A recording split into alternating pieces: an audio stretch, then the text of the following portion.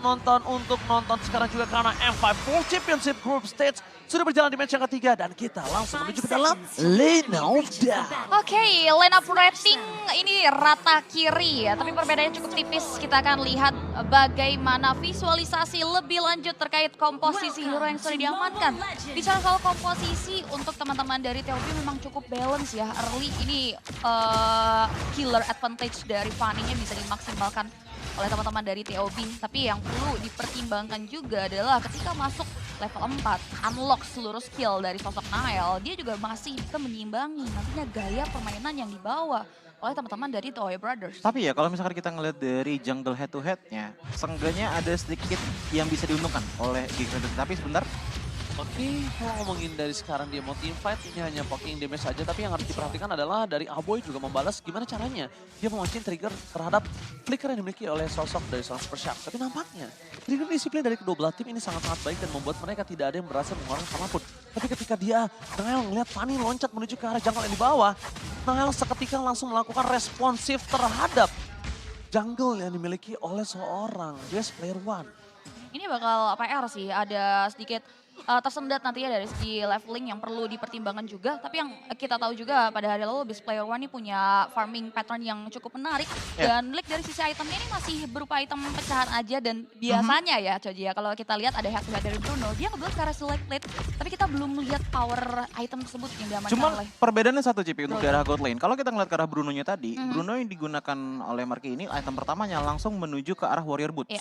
Sementara kalau kita ngelihat ke arah dari Zia sendiri yang menggunakan Brody, dia itu langsung bikin ke arah satu dagger yang ada kemungkinan bikinnya langsung ke Blade of Heptatis. Jadi ada sedikit tambahan damage lah. Seenggaknya kalaupun memang defense dia berkurang, tapi team fight potensialnya udah mulai sedikit diunggulkan. Oke, tapi ketika ada satu buah vision yang terlihat jelas di arah top lane tadi atas seorang Baksha, ini harusnya diperingatkan oleh para pasukan Toei Brothers.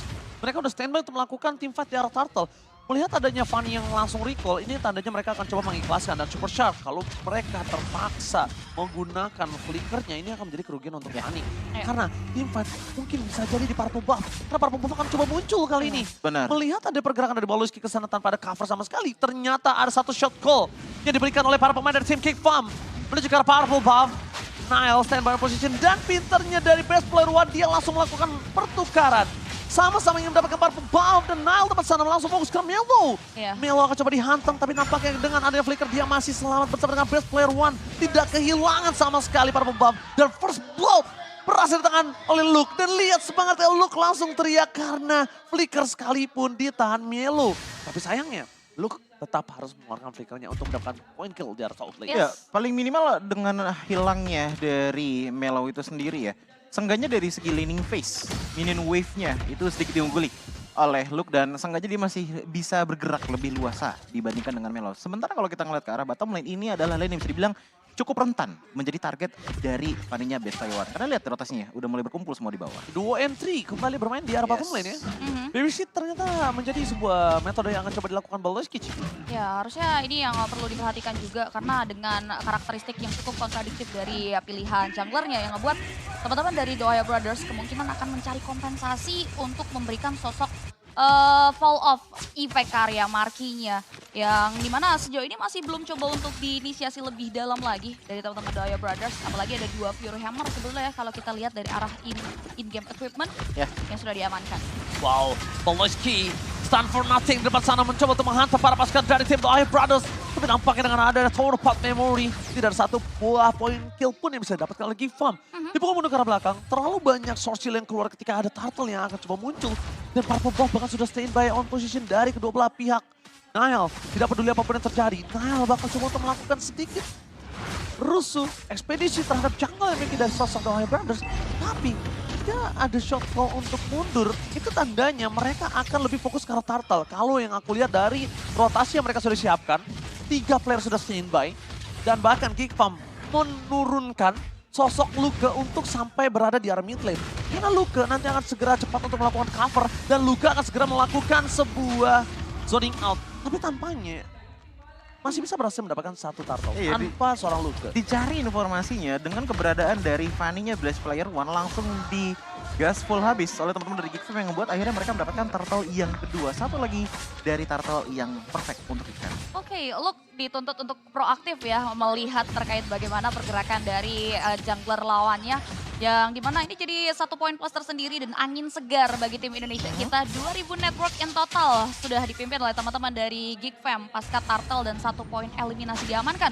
Sedangkan teman-teman dari The Ohio Brothers masih belum ada ancang-ancang juga terkait bagaimana mereka mencari kompensasi, mencari pertukaran. Bahkan kali ini pun belum ada gerakan yang pasti juga nih kalau kita lihat dari The Ohio Brothers di beberapa titik. Oh, Aboy hampir saja ter-take down. Dengan cutthroat di awal ternyata membuat Aboy masih memiliki dengan Black Shoes. Pergerakan yang cukup agresif ditunjukkan oleh the best player one. Meanwhile dari bottom lane mereka fokus ke Zia. Bahkan coba di pasar tidak ada lagi flick restoran Zia dan Brave Fighters. Ternyata membuat pasukan dari tim The Ohio Brothers kehilangan satu playernya.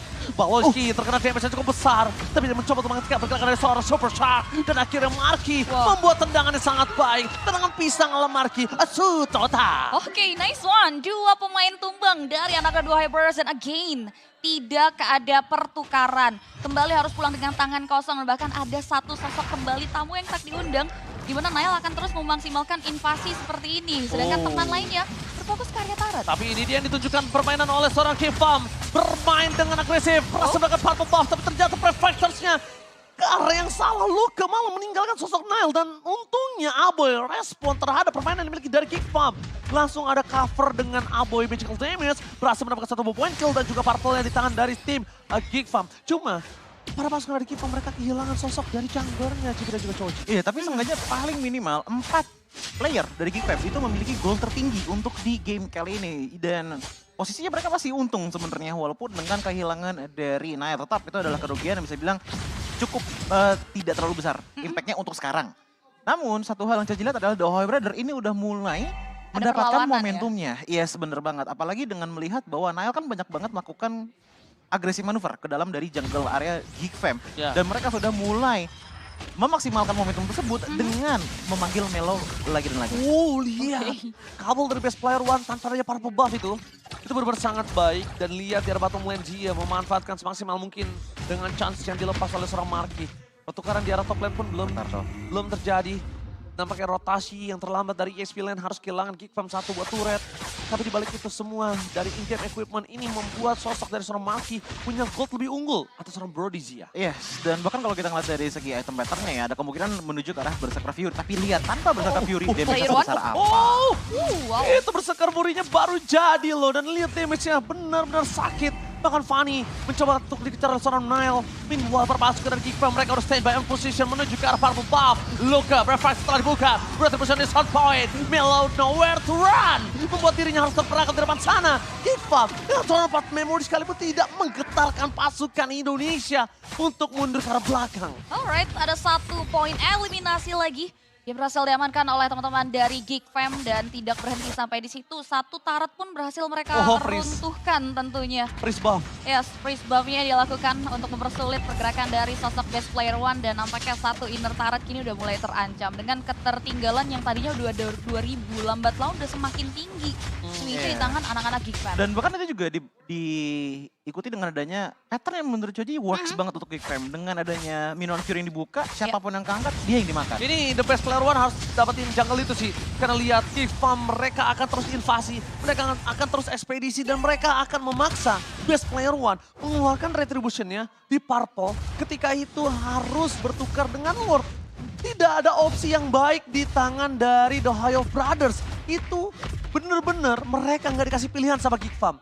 Ya, Lo nggak akan ngasih lo pilihan, lo mau retri purple, lo mau retri Lord, terserah lo. Lo Lord, team fight belum tentu dapat, tapi lo udah pasti kehilangan purple, tapi lo coba dapetin purple, lo akan kehilangan Lord. Nggak ada opsi yang baik yang dikasih sama Geekfam. Ya, ini posisi dari The Ohio Brothers benar-benar seperti memakan buah malakama ya. Tidak ada hal yang bisa mereka lakukan pasca serangan yang dibawa oleh teman-teman Geekfam mengarah ke area purple buff Ini lagi. dia, mereka akan terus melakukan invasi zoning yang terjadi. Retribution kali di tangan dari Nile, tapi best player one kehilangan 1 point kill bersama dengan Sultan Milo. Zia nggak bisa melakukan deliver damage karena dia tidak memiliki cooldown cukup banyak. Bahkan para pasukan dari Geekfam dengan tendangan Sultan dari seorang Marky membuat Super Shock hampir menjadi Baby Shark.